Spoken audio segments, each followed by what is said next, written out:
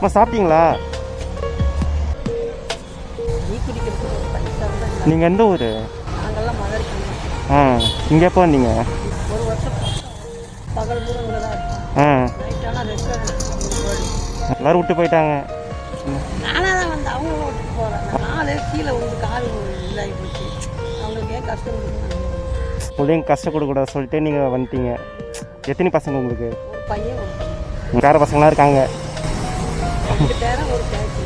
உங்கள் புருஷன், உங்கள் ஹஸ்பண்டு இருந்த நாய்க்கு இருப்பேன். அவர் இருந்தால் உங்களை இப்படி விடவே மாட்டார்.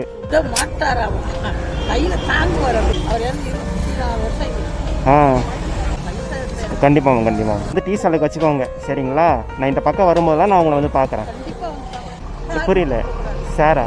சாருன்னு கூப்பிடக்கூடாதுன்ற.